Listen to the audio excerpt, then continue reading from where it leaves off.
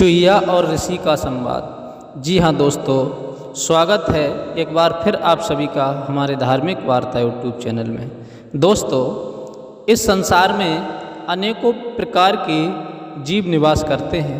परमात्मा ने यहाँ अनेकों प्रकार के जीव बनाए हैं। कोई मानव योनि में है तो कोई पशु योनि में है और कोई पक्षी योनि में है और कोई कीट पतंगों की योनि में है।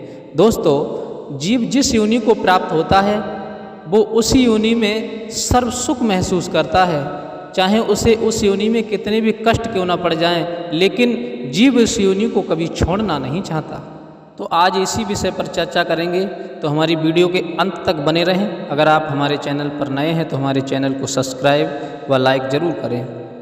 दोस्तों, एक बार एक ऋषि जो थे गंगा जी से जल भर करके अपने कमंडल में ले जा रहे थे। उसी समय आकाश मार्ग से एक बाज उड़ता हुआ जा रहा था और उसके पंजों से एक चुईया छूट करके गिरी, महात्मा के सीधे कमंडल में आकर के गिरी। और महात्मा जी ने जैसे ही उस चुईया को देखा तो अपनी योग शक्ति के द्वारा उस चुईया को एक कन्या बना लिया और उस कन्या को अपनी पत्नी के पास लेकर के गए और उससे कहा कि इसे बड़े प्यार से इसका पालन पोषण करो और जब ये बड़ी हो जाएगी तो इसका विवाह कर देंगे। ऋषि पत्नी भी बड़ी खुश हुई और उस चुईया बनी हुई कन्या का बड़ा लालन पालन किया।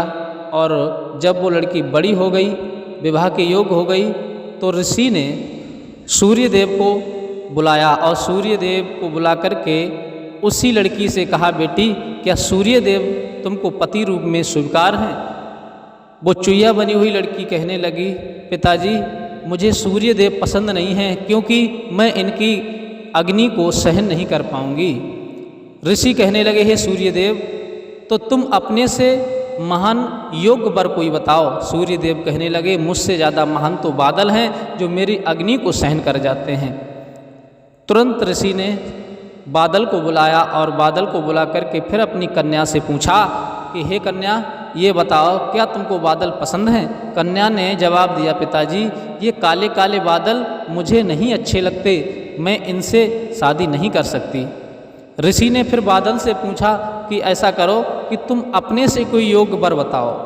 बादल कहने लगे, हे मुनिराज, मेरे से ज़्यादा योग्य तो पवन है, जो कि मुझे एक ही झोंके में इधर से उधर कर देते हैं।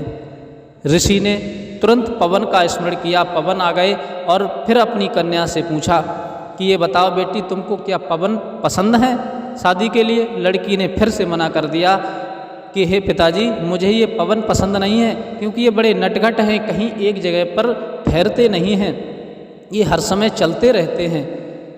ऋषि ने फिर पवन से पूछा, ऐसा करो कोई अपने से योग्य वर बताओ जिससे हमारी कन्या उसे पसंद कर सके।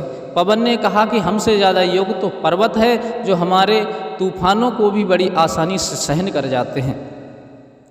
ऋषि ने तुरंत पर्वत का ध्यान किया और पर्वत को बुला कर के कहा कि ऐसा करो बेटी, क्या तुमको ये पर्वत पसंद है?